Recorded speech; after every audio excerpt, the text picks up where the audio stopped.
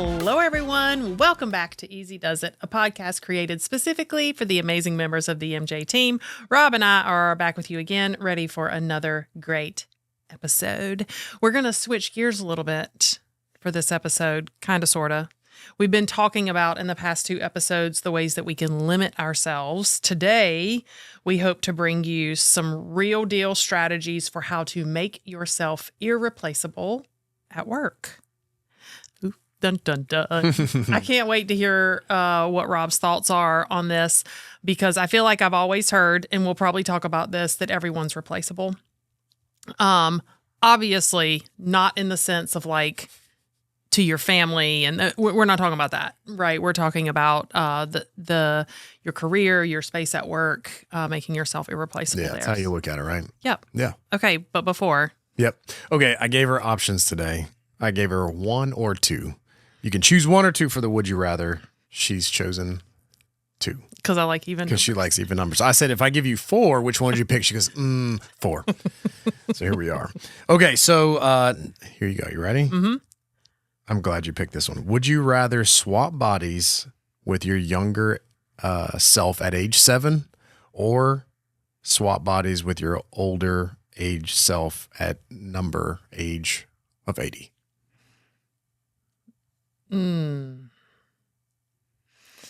For 1 week. It's not forever. Not for all time. Okay. Just 1 week. That's tricky. I feel like maybe 80. Okay. I feel like at 80, well, this kind of goes back to this video you sent me the other day that sent me off to the bathroom doing ugly cries. I put these 2 on there and I was like, I know she's going to pick number 2. And I know it was going to come back to that. Y'all, so we had guests the other day and I came to work looking and feeling very professional, okay? Making myself irreplaceable at work. And Rob sends me a video on Instagram, BT dubs, She's for anybody back. who's been keeping track. Of course, she's back. And I kid you not, I had to go to the bathroom because I was crying that hard. Did you find me in the break room? Was it that day or was the day not? The same day. I don't think you had even read I my. haven't seen it yet because I'm not on Instagram. So anyway, this video that Rob sent me, which maybe we can find and link in the show notes, but everybody be warned before you watch. Mm-hmm. It is this woman. Let's just say she's about my age. She looks maybe she's a little bit younger, but she talks about how if you were 80, I don't know what number she uses, but you're elderly and you go back into your 35-year-old body or whatever number she uses there. And she talks about how, when you look in the mirror, you don't see gray hairs and wrinkles and how your body has changed because you're coming from a place where you were just looking at your body at 80 and your body at 35 looks like, wow, a few gray hairs. What is that? What does that even matter? So she talks about not only the physical appearance, but then she talks about how she would interact differently with her kids because, of course, at 80, you have grown children, probably grandchildren, if that's kind of how things play out. But how to kind of live in that moment, she talks about talking to her own parents, like hearing her mom's voice. And of course, by the time she's 80, she's lost her parents. Mm-hmm. I was in the bathroom for a few minutes getting myself together after that one. Sorry, that bomb hit at work. I know.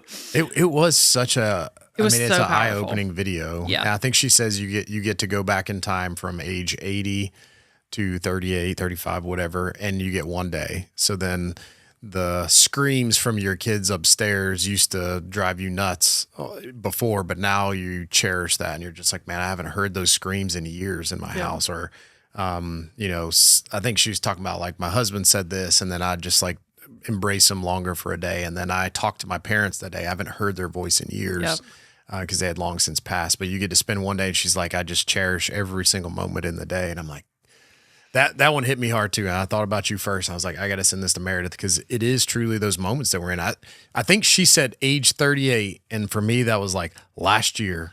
And I'm like, I am literally living all these moments right now.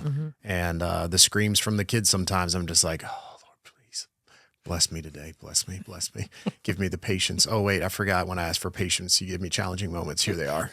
It's like, it's happening right now. But when's the last time you called your parents? When's the last time that you told your wife thank you, or your husband, like, hey, I appreciate this. Thanks for making dinner tonight, and just really embracing those moments. But Yep.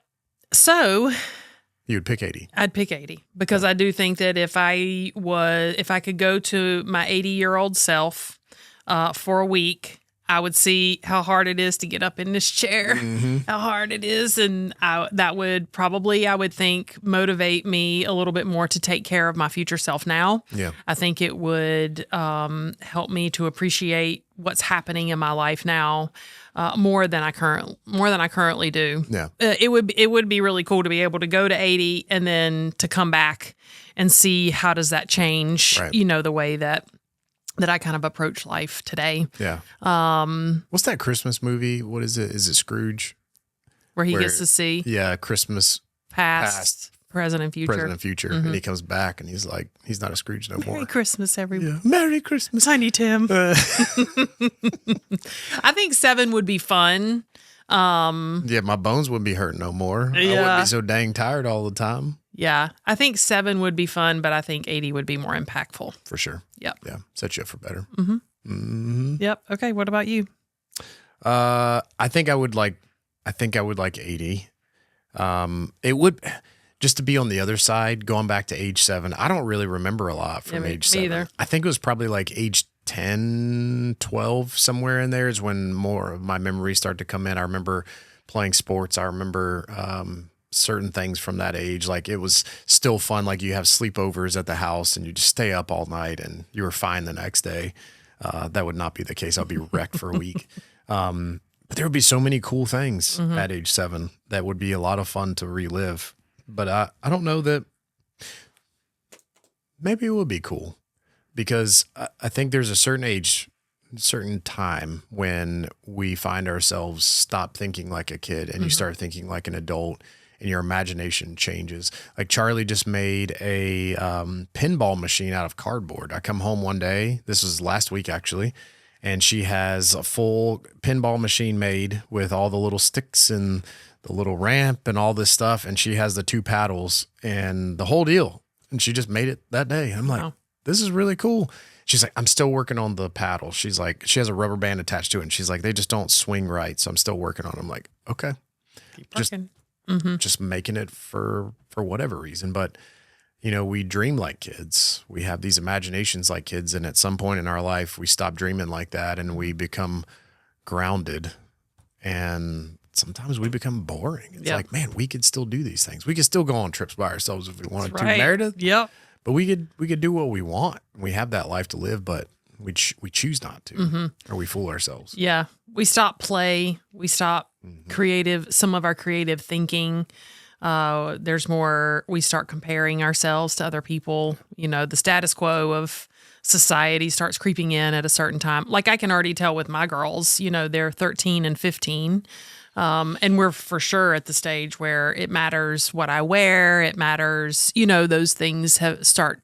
Whereas, like, I can still see them with their sweatpants on and, like, hair's not brushed and looking a hot mess and not a care in the world. Nope. So I do think that there is something kind of freeing about that would be interesting to experience again, especially, having experienced the other side. Yeah. Yeah. Well, maybe we can take that same dreaming today and think about us at work just being irreplaceable. How do we come to that? So this was one of our topics. We have a list, and it was like, man, this one would be a good one. But it is a shift. The other things were more, what are our limitations? But for this today, this can take us to the next level. Now, I gotta know, this isn't like a word. So did you come up with a definition for this one? No, I don't think. No, I didn't.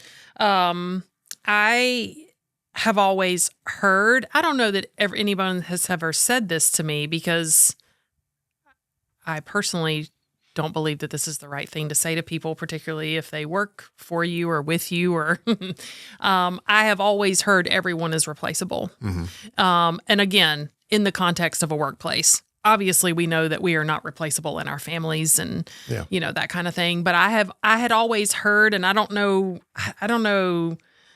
where I heard that. I don't know where that started, but I thought that because when we put it on the list as a brainstorm and, we're talking about becoming irreplaceable, my first thought is that's not possible. And maybe it's not completely possible. But I think that's kind of where I started is, I read that that's a common business concept, is that everyone is replaceable. In reality, I don't think most people are truly replaceable because of what we believe in here, is that everybody has their own set of unique skills, talents, knowledge, how they build relationships. I mean, there's so much wrapped up in one person. I don't think that any one person is truly replaceable, because you're never going to get the same kind of bundle of qualities again in another person. So I think that it was interesting for me to just kind of look at it that way. Now, do I think that businesses are set up so that they can continue to run even without one person being there? Absolutely. That would be foolish for a business or a company to set itself up so that if one person was gone, the company was done. I do think every role can be filled, with someone else. But I do think that there is this sense of like all of us bring these certain skills, talents, knowledge, relationship building to the table. So I don't know if I believe that anymore, that everyone is replaceable. I think every role can be filled. And I think companies are set up to continue on even if a person leaves. But to truly find the same, I keep calling it a bundle, the same bundle of qualities in a person, I think is either impossible or incredibly difficult. Okay. So you're saying that I'll never find this person again, but there may be potential that if I had to, I could find someone else to fill this role, but they would have their own bundle of talents and stuff they bring to the table. Yeah. Like I think about, so when I left the school system, I was an assistant principal. And I had worked really hard to develop relationships with the teachers that I interacted with and the students and the parents. And I felt like I was well-liked, well-respected. I did a lot of things around the schoolhouse. I was involved in a lot of things. And so when I left, of course, part of me wanted to be like, they'll never find someone like me. Of course I wanted to feel that way. But the fact of the matter is someone took my place. Another assistant principal was hired probably within the matter of weeks. And did they do it the same way that I did it? No. Was there a different set of skills and talents and knowledge there that approached the role differently? Sure. The school keep on keeping on. They have to. It's like the kid's going to show up. Yeah. So it kept on going without me. So as much as I wanted to believe, so the whole school crumbled apart. That's just not the reality of it. It's just not the way that we set things up. So I think about that often because I left a situation where I felt like I was doing a lot. I was well respected. How will they ever find someone to replace me? Well, guess what? They did. And maybe that person who stepped into that role did it differently than me, but did it just as well or even better. So I kind of think about that as like, it may not have been my certain skill set, but they kept moving forward, with or without me. Yeah. So of course that kind of reinforced that thought for me that everyone is replaceable because look at everything that I did here and these people that I connected with and, within a matter of weeks, there was someone else in that same position. So, of course, that kind of does make me feel like everyone is replaceable. But now that I see it from this end, maybe I can kind of see like, yeah, someone filled the role. They didn't necessarily fill the role the way that I filled the role. It sounds like everyone can be replaced, but not everybody is irreplaceable. Yeah. You're the talents that you bring to the table, and really everybody listening, it's a unique set of characteristics that you bring to the table, life experience, your own talents, how you interpret your talents and your experiences create who you are there at work or in your kid's life, your spouse's life. And so replacing that, saying at work, I'm in this particular role, and for whatever reason, I'm no longer in that role, the organization is not going to ever be the same. Now, they could replace you with someone, and maybe they bring their own set of talents. They will. But does that make the organization better? Does it take time to find the right fit because of what you brought to the space? Of course, the organization changes. A team changes if a new person is added to the team, regardless if it's a +1 or if there was some need to swap people out. I think what's really cool about this organization is that sometimes we recognize that people are in a particular seat and they bring talents to it, but the talents they bring doesn't fit that particular role. And so I've never seen it at a place prior that, hey, they just don't fit this particular role, but we actually have some need over here. And so I've seen, and I'm sure all of you probably have seen, where people have changed positions or roles because we just hadn't really found that quite fit yet, which is cool. It doesn't always work out that way, but it is cool when it does. But thinking about those becoming irreplaceable, something that I came across, it just talks about mastering your own unique lane of value. I absolutely love the 6 Types of Working Genius. That transformed everything for me because, everybody at Morris-Jenkins, I know we talk about DISC all the time and how important that is with our team.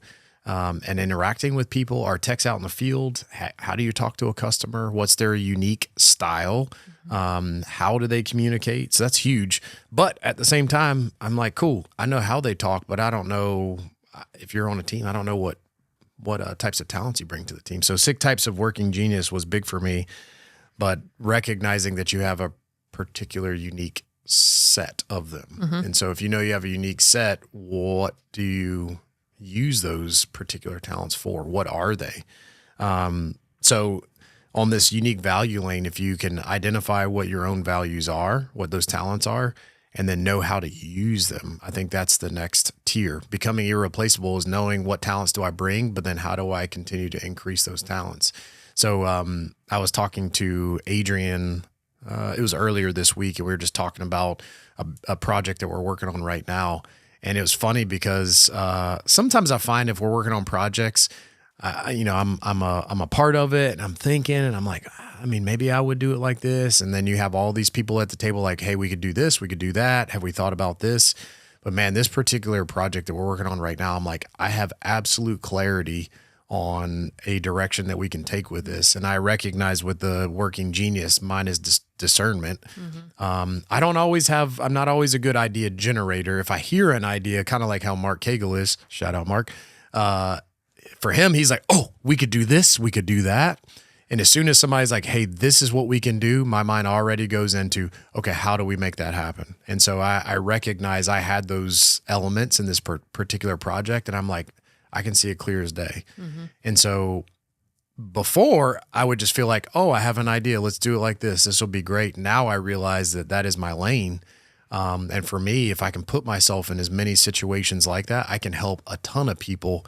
And it becomes like, who's the person we need on this? Rob needs to come, or I need someone to take this idea and run with it. Mark, go grab Mark. He would be good in this situation. Yep. Yeah. What you just said, I didn't really write this down, but I think that it's something that I've started to internalize a little bit more is, and I may have said it on here before, but when something comes up, a project or a situation or whatever, I want people in our organization to say, you know who we need for this? Meredith. Like, like you want to put yourself in a position where people have recognized how you continuously bring that talent to the table, where you put good ideas out on the table or you follow through. Maybe it would be helpful. I could just run through the 6 types of working genius. Yeah. So this is a side note. Maybe we could probably do a whole podcast on this. Plus this book is in the library. But they came up with an acronym? Widget. Yeah. Widget. Is that an acronym? Yes.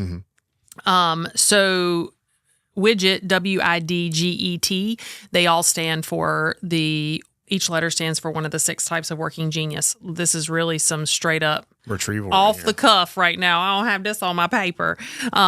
So W is wonder, and that's someone who's just like, sees new ideas and is kind of, I want to say head in the clouds. That sounds bad. It's not bad. It's kind of like they're looking out into the future and just really kind of wondering about the possibilities. I think is either ideation, something like that. Invention. You come up with good ideas. So it's a little bit different than wonder. Wonder is like what's possible. Ideas are like we've got something on the table. Here are some ideas that kind of link to that. D is discernment, what Rob was just talking about. Here are a bunch of ideas on the table.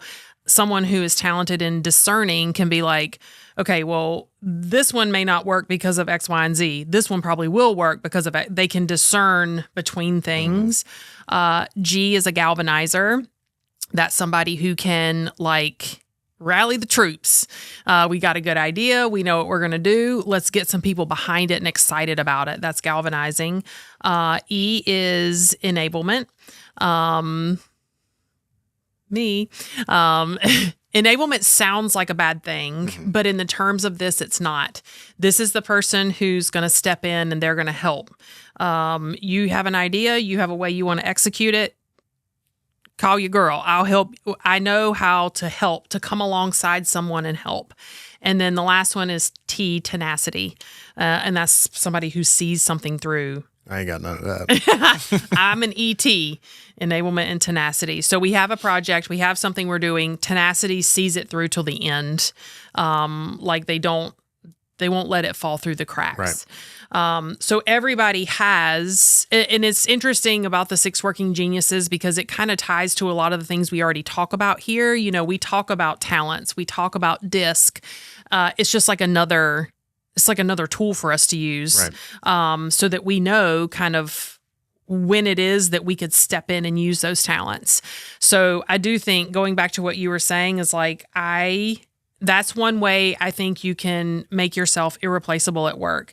Give yourself as many opportunities as possible to show that strength to other people or that talent to the point where if you're not sitting around the table, they want to come get you. Right. I want people here to say, this is what we're doing. The person we need to help us is Meredith. Yep. I want my name to be at the forefront of people's minds when it comes to things that lie within my talents. Mm-hmm. So I do think that is one of those things. But I also think the only way that you're going to get to a place where your name is at the forefront of people's minds is to put yourself out there. People aren't going to know that you're good at doing this or you're good at doing that, or they don't know until you start putting yourself out there. And sometimes that first step at putting yourself out there can be a little bit scary, because sometimes I think people think, oh, I need to be a manager, or I need to be, I don't have the right seat at the table, or whatever the case may be. Those could be some of those self-limiting beliefs, right, that we've talked about. Mm-hmm. I think sometimes people don't maybe speak up because they feel like they can't or they shouldn't. They're not in a spot to be able to do that. But I think sometimes we have to move past that. You don't start being the person who comes to mind unless you start putting yourself out there to be top of mind. Right. I think even something in addition to what you're just talking about of putting yourself out there, being the one that people call whenever they have that problem. We need to have Meredith here. I think taking that and putting icing on the top, or even leveling that up a little bit, is thinking infinite game versus finite game. Being called to be called it makes you feel good. but being called because you actually enjoy doing those things, and you're there not for necessarily recognition. You're there for, I just want to help. Like, I'm helping because I enjoy helping. That is the infinite game. It's, I'm showing up and I'm doing these things because I just enjoy being able to do this piece. And I just want to be here to help. And I think that's where people recognize that I'm genuinely there. This also ties into our techs in the field. Customers, I mean, already, like I feel the same way. If somebody shows up at my house, like I don't trust nobody rolling up at my house. I had a cable guy show up at my house one time. I have like the front door and then I have the glass door. And so I guess when he knocked on the door, he already had the glass door open, like his foot was in the door. And so when I opened the door, I'm like right there. He just like starts walking in my house. Hey, what's going on? This is such and such with whoever. And I said, ho, what? Like I didn't even get an introduction. Hey, nice to meet you. He was already walking in my house. I was like, fool, you better back up. You best believe I didn't trust that fool the rest of the time. So there's already a wall up, and it's our job to try to help customers recognize that I know that this is normal. Like, we don't know each other, so I've got to build trust and show you that I'm just genuinely here to help you, which we are. But we can't get in our own way with that. So people recognize I'm here to fix something in your house. That's one avenue, which it's going to happen, but that's very transactional. But the other side of that is I've got to show them that they can trust me because I'm just here to help.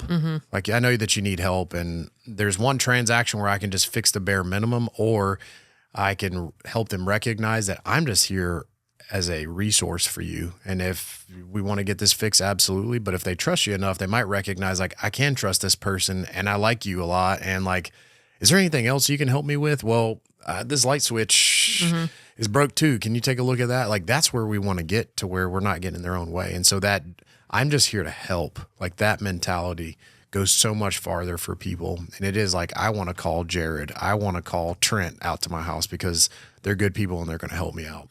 And so finding whatever that lane is for you, recognizing that this is my talent and I enjoy it. There was something, it says, where did it go? Basically, like, find the, oh yeah, here it is. What's the one thing you do where time disappears and results appear? Oh. So if you're just there, I'm here to help. Stuff happens whenever I do this one thing. What is that? And I don't know what percentage it is, but I'd be willing to bet there's a high number of people that really don't know what their talents are, like what they're actually good at. There's some stuff that, yeah, I like to do this, but is that truly your talent? Does time disappear whenever you're doing that? Yeah. Yeah. Our girl, Liz Wiseman, Multipliers, if you guys haven't listened to those episodes, check them out. But she says something along those lines: contribute where you have unique strengths. The most valuable contributors don't chase after any and every need or shiny object. Rather, they look for a match between a critical need and their own deepest capabilities, a concept I call native genius. So it's funny. It's like the working genius, but then also talent. And she just calls it native genius. It's what comes to us naturally. So if you need me to help with this project and this project and this project, and it matches with something the company needs and something I'm really good at, then I'll work on it. I'll work on it till the cows come home. I will work on it forever because it's fulfilling a need in me. Like, when we're good at something and we're motivated by that thing, we're all motivated by doing the things we're good at because we feel good when we do them. We keep doing the things that we feel good about. So if I'm working on this project and it's satisfying this need in me, whatever this motivating thing is that I'm good at, I'll keep working on it. I'll go above and beyond. So if you can find that place where it's like your own unique capabilities, your native genius, then I think that you start to serve not only yourself, but then other people, and people notice that. Right. The people around the table notice when you step in and the room gets better. The room goes up. Like, I always feel like I want to come into a meeting or a room or a situation, and I want to feel like the room goes up. I don't know exactly what I mean when I say the word up. I feel like demeanor. I feel like morale. I feel like level of ideas. I feel like collaboration, connection. I don't know. Like when I walk into a room, I want people to feel like the room goes up. And I think when you're tapping into those strengths and you're not afraid to get out there and, be a little bit vulnerable, put yourself out there, let yourself be heard, then I feel like people start to notice that when you come into the room elevates. Yeah. I have a friend of mine. His name's Henry. I met him years ago, and it was actually kind of funny how we met. I went into a store, like a clothing store. I met the manager there and was like, I need to, because we just started talking about, like, she had some tattoos, cactuses. My wife loved cactuses. So we were talking about that. And then just in our conversation, she's like, because I was in the fitness community, is like, I want to link you up with my friend Henry. And I'm like, cool. So me and Henry didn't know the guy. We link up, we go get some lunch one day. And I was like, man, I like this guy. Like, just very kind, big thinker. And at the time he was very young. He was in his early 20s and I was like in my 30s at the time. Well, I still am, but early 30s. And he's like, actually, I have some ideas. Let me link you up with this person. And so it was like these connections that happened. But one thing that I noticed that I recognized this was a talent of his, but also I'm realizing now as we're talking through this, that this is such a big thing that not a lot of people do. It is one of those almost irreplaceable things, is being a connector. Henry always was like, it's not how do I do this, it's who. Mark talks about this a lot too, Mark Cagle. How do I connect this person to this person? You have an idea. Ooh, I know the right person for that. And he would just connect people. And it was amazing what came out of those connections that he created. And so whenever you're like, I don't know how to solve this, it was like, I need to call Henry because he probably knows someone that can connect me to that. And so I've always taken that from him, is how can I be a connector of sometimes it's a connector of ideas. Sometimes the ideas might link to a person. And so something I would encourage everybody, how you can become even more irreplaceable, is how can I be a connector? Who does this person need to talk to? And then it's not like, let's connect and I'm going to sit and watch. Right. It's, hey, I'm going to link you with this person. Just ask them about this and let the magic happen, because two people that have a similar goal are going to join just fine. They don't need your help, but they might need the help for the connection. Yeah, which I think goes back to like another thing that I had written down here. It kind of goes along with exactly what you're saying. A couple things. Be a dot connector. So same kind of thing. Find intersections between functions of the business and the roles of the business, and then help be the bridge. So connecting dots. And I think the only way, I won't say the only way, one of the only ways that you are able to do that is by working on the relationships that you have with the people in the business. So I think that like that, that encourages us, even if you're like me and you like to just be over there at your cubicle, it encourages us to build the relationships. I can't connect you with Corey if I don't first know you and Corey. You know what I'm saying? Like I can't connect to people until I know what it is that Corey could do for you, like how that connection could work. So I think one of the things that I had on here as well was to build those relationships with people so that you can be the dot connector. And I think that we do have to like go sit in, like this morning I sat in the electrical meeting. I've never sat in that room before. But there were people in there that I was able to even just, say hello to, or just be in the same room with. And so I think we have to take the time, make the time to work on those relationships so we can be a dot connector. There was another phrase that I read as I was getting ready. They talked about creating fans. Like create fans, like sports fans, create fans of you when you interact with other people. Like when you walked away from this conversation with Henry, you're like, I like this guy. He created a fan. I'm a fan of Henry's now. And so I think that that's also part of this relationship building is like creating fans of you and the work and what you bring to the table. I think that that's a huge part of making yourself irreplaceable. Does that mean that everything has to be sunshine and butterflies and, all the time? No. I also think you can create fans in a way where you like hold the line and have high expectations. I think that that's a way you can create fans as well. Yeah. But I think either way, you have to work on building the relationship so that then you can make those connections with other people. Yeah, I like the relationship piece because that, if you think coming to work, I can be a dot connector, but I don't have real relationships with anybody. I mean, it affects how people feel about you. It affects how maybe even the performance of your role is, because if you work in an organization like this, you have to have relationships with the people that you work with. Otherwise, it's transactional. I come in, I punch in, I do my work, I go home. And I recognize not everybody is going to be like, I'm going to make friends with everybody here. Right. And I know everybody by their name or their first and last name and their kids' first and last names. And I think that's... Yeah, I'm not like that. That's too big. Yeah. But the relationships that I do have, what is the depth of those relationships? Yeah. What do I know? Am I involved? If somebody's not feeling well, do I reach out? And so those relationships are important. To think that you can come in and have no relationship and just do your work, it's like, how am I growing the people around me? How am I truly lifting others up if I don't have a relationship with them? Because then it's transactional. You come up and ask somebody for some help. It's like, hey, what you need, man?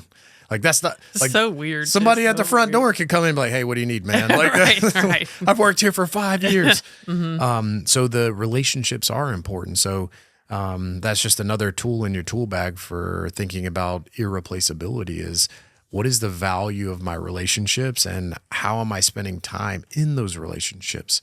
How am I influencing them? How am I bringing value? How am I connecting dots for them? It makes work so much better when you have people that have your back. I know we talk about the Q12 and, what's expected of me. And there are tasks and things that are important, but like, who is your best friend at work? Who is that person that you go to see to ask questions? And who's to say that you can't have a few? Where it's like, these are my people. But beyond those people, are there others that I still have relationships with? A good measure, if you're walking down the hall, number one, if you don't know people and you're like, does that person work here? If they walked in their regular clothes and not work clothes and you're like, can I help you? Like, I've done that before. Where's like, your badge? We have like new hires that have rolled in and I like walk down the hall and I'm always on the lookout. I'm like, is this person safe or not? But I like walk down the hall and I'm like, don't know that person. I'm like, hey, what's going on? They're like, oh, hey. And then I realize like they have the badge around their neck and I'm like, oh, they're brand new. Got it. All right. But if you walk down the hall and most of the people that are walking down, you don't know, introduce yourself. I know people have name tags, but like, introduce yourself if you don't know people. If you walk down the hall and they don't know you either, like maybe you know that, oh, this is an HVAC tech or a plumber, but if you're like, I don't know who that person is, introduce yourself. Yeah. Start the relationship. I tell the techs this all the time. When you go to customers' houses, it's not transactional. Build a relationship. And I said, what is really cool about what y'all do that not everybody at MJ does is you have the ability to learn something new every day from the people you spend time with. There are some really, really cool people that you have the opportunity to meet. And if you had the idea that every person, number one, has a really cool story to tell, but number two, has something cool to offer you, whether it be knowledge, connecting the dots, you never know. If you knew that and it was like, I just got to talk to them, it changes everything. Because now you want to make a friend because it's like, dang, I wonder what cool story this person have. I've met clowns. That was like their whole job. They had a big Mini Cooper or a small Mini Cooper out front with a big red clown nose on the front. I'm like, what's the story with that? I'm a clown. And I'm like, oh, for real? They're like, come on, let me show you all my outfits. And I'm like, what? Never forget that house. Crawl space, that big. I've met Top Gun pilots, which was just amazing. I've met, Panthers players. I've met You've met people that seem very just normal people, but own huge businesses or have sold their businesses, and they would like tell you everything that you would want to know if you just ask. It's like, I wanted to start my own business. Like, oh, let me tell you, don't do this. And you're like, that's helpful. So if you knew that walking in, what wouldn't you ask? Yeah. It's free knowledge. People pay for that knowledge, let alone the people that you work with. There are people in the organization that if I just talk to them, there's something that's cool about them that you would have never known, but they also have some cool things to offer you, but all you have to do is ask. That's the cost, is asking. And it does. It just causes us to have to, for that one weird moment, to be like, hey, we haven't met, and then it's like, it's weird for like a second. And then usually it's not weird for long. It's just that one weird moment that you have to get over in order to be able to make that connection.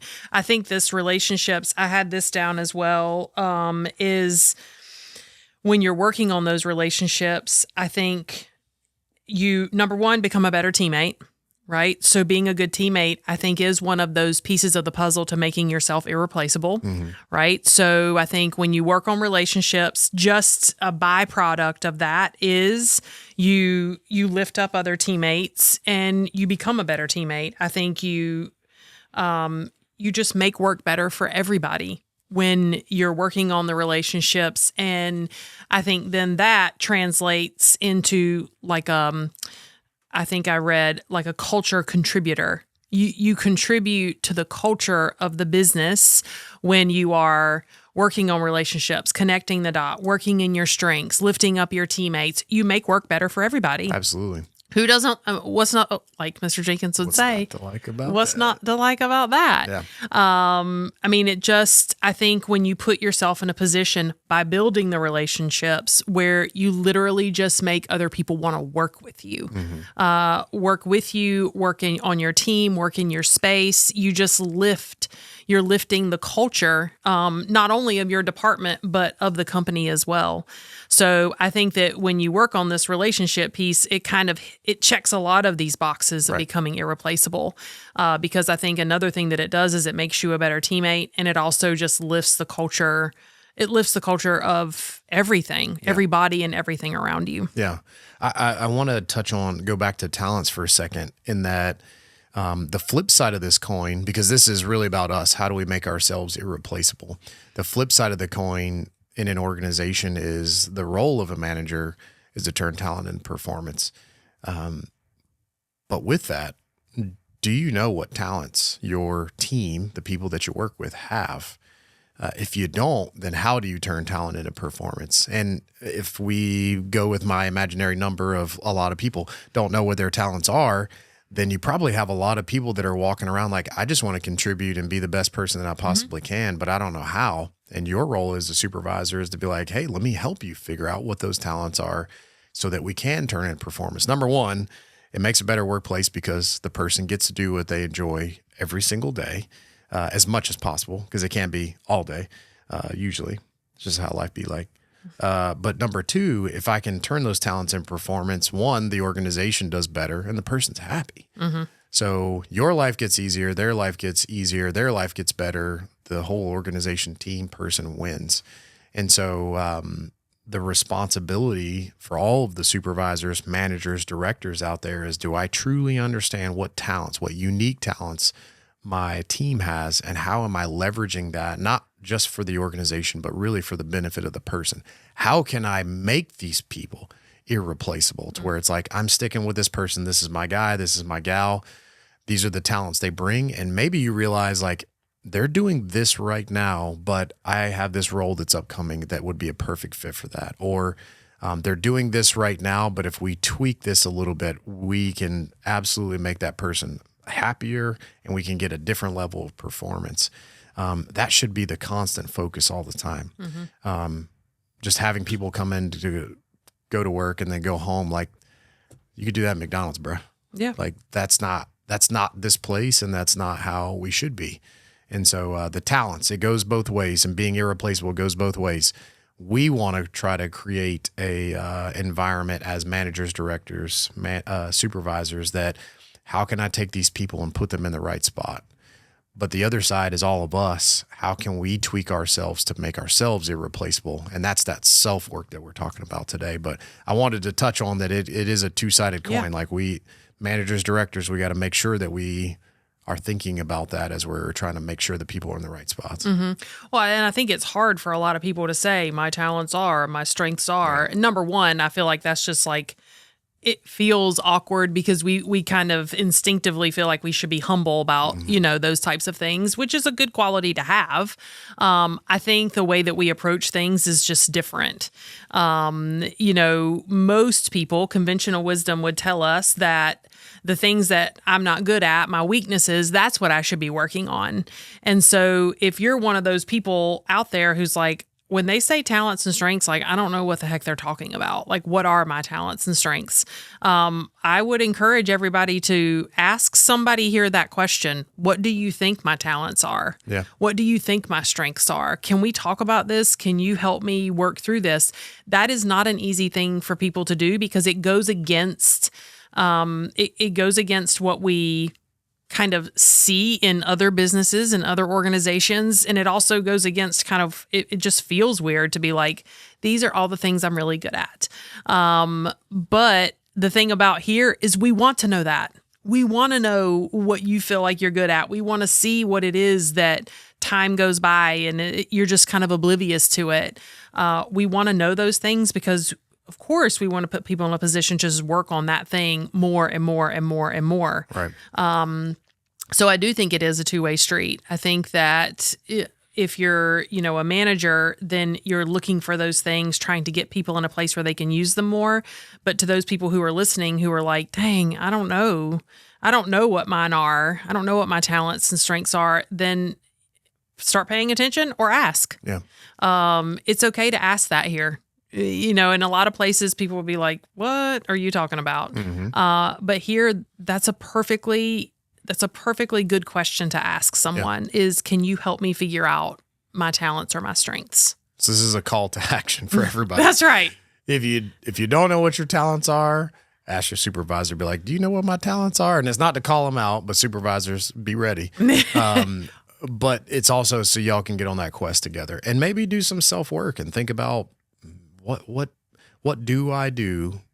Does that make sense? What do I do that time goes by and it just seems to just stop or maybe it goes by fast and it's like, man, this is easy for me.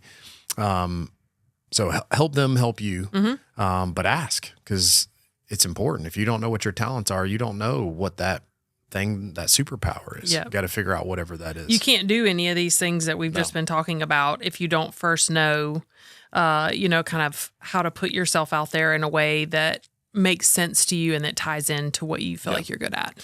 Me and Susie, my wife, used to clean buildings. And so when I first met her, we were dating, obviously. When I first met her, we began dating, and then I realized that she worked at a complex and she worked there, but then on the weekends, they contracted her to clean the building. So I was like, let's freaking go. I'll help you out. And she's like, you're going to come help me? I'm like, yeah, I want to hang out with you anyway.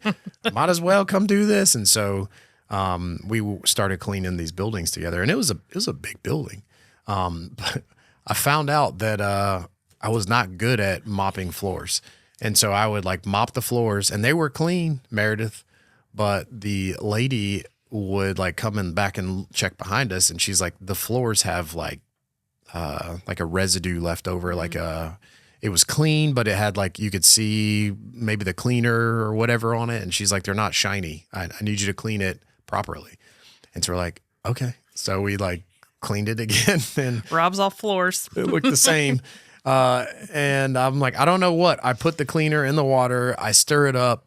I go mop the floors. I dry them. I don't know what you want me to do.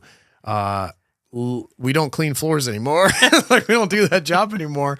I think we figured out what our talent was not, but it was just funny because I'm like, what do you want from me? Like I'm cleaning the floors. They're clean. But clearly she had a different idea of what that would look like. But I can guarantee someone got hired that had the talent that they're probably not even thinking about that. And they probably enjoy it, not having to think about it. It comes second nature. And I'm probably sure there's more things they do that I probably would have never thought of. And I think that's the value of like, you can do the job, but there's probably somebody that actually enjoys it and doesn't even have to think about it. For you, it requires extra work. So if there's stuff that you're doing that is like, this just sucks the life out of me, it's probably not a talent of yours. And to your point earlier, you probably shouldn't work on trying to fix it. Now, hear me clearly say, I think we all have jobs that parts of our job that it's like, I don't like this part. And sometimes you just got to do it, but it shouldn't be the entirety of your job. Right. Right. Something that was a side note. Something else that I came across that I hadn't really thought of before, but it talked about anticipating problems that are coming down the pipe. And this is a huge, I cannot, being a manager in the past, it is amazing when you have someone come up and like, hey, so we're working on this project. And I was thinking, and I'm like, yes, child, talk to me. Because you see that they're already thinking ahead. Caveat with that is someone that shows up with the problem, and then they're also bringing a solution along with it. Lord bless all of you out there that do that. It's so nice. So thinking ahead on problems. If you're currently working, let's say you're out there helping our customers out, and you start seeing that there's a problem with our software or our processes, and you're like, man, it would be amazing if we would just fix it in this way. You're showing up with the problem and the solution. And then maybe think ahead of like, if we did this and this, we wouldn't even run into that. Or, hey, we're going to be installing these new fill in the blank, but did we think about, and just start filling in gaps, or just like, I was wondering.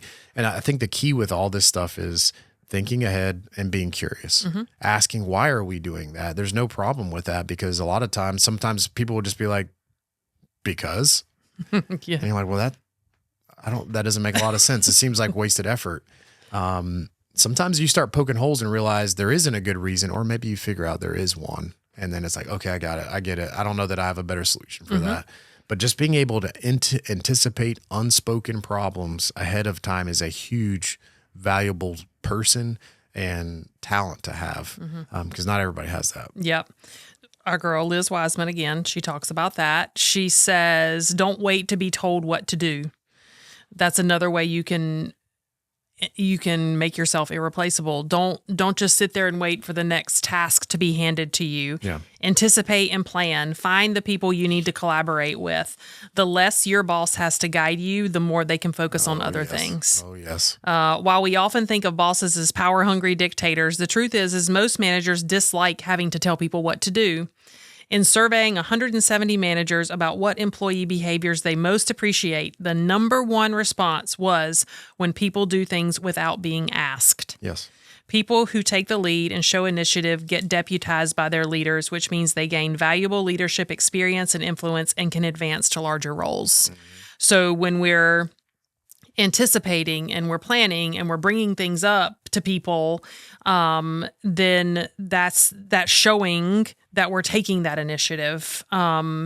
It's showing that, like, I don't need you to necessarily hold my hand through every step. Like, I can get this ball rolling. I can anticipate the problems. I can come with solutions. It's just a different level of thinking than just like fixing or doing the thing right in front of me. You know, it's like, what's next? Right. And someone doesn't have to always tell you what's next. I think people just need to, I think sometimes we're not used to thinking like that. You know, it's like sometimes if you've worked in a certain way for so long, that we don't exercise those muscles in our brain. It's because we don't have to. Yeah, we don't have to. And so if you don't exercise those muscles in your brain that are like looking ahead, thinking big picture, well, what if we did do this? Would that make this process easier for every tech in the field? You know, like that's a kind of thinking that we have to practice. And if you don't practice it, then it doesn't become kind of like second nature to you. So I think that that's a big part too of making yourself irreplaceable is working on that type of thinking, because I do think I agree with that. Most people, bosses or not, don't want to sit around and think about, I need to tell Rob what to do next. I need to tell this person what to do next. I need to tell this person. That's like, they don't want to. Yeah, but they have to. Yeah, sometimes they do. In a lot of situations. So I do think that that's a big one, is anticipating, planning, thinking bigger than just what's in front of you, bringing solutions to problems. And once again, I think one of the things to recognize is that you don't have to be like the CEO to bring these things up. I mean, our people who are out in the field, they're experiencing these things on the day-to-day. Like, come in and say, hey, have we thought about, and then someone can say, yeah, we did, and we tried it. This is what happened. Right. There could be a reason why we haven't gone down that road, but there also could be that no one's ever brought it up. Right. And we just keep on keeping on every day without fixing it. So I think another thing is not to feel like you have to be in a certain position or a certain role to be able to. I think that we welcome that input here. And most of the time, people will either tell you why we haven't done it or that we haven't thought about it that way. And then we see what we can do to kind of navigate it differently. Yeah. But I think we have to practice it and we have to do it in order for us to get traction with it. I'm so glad you brought this up, because I do feel like this really ties all these things together. If we're going to be irreplaceable, being a connector, help enabling others, thinking about why I'm doing this as a whole, figuring out what my talents are.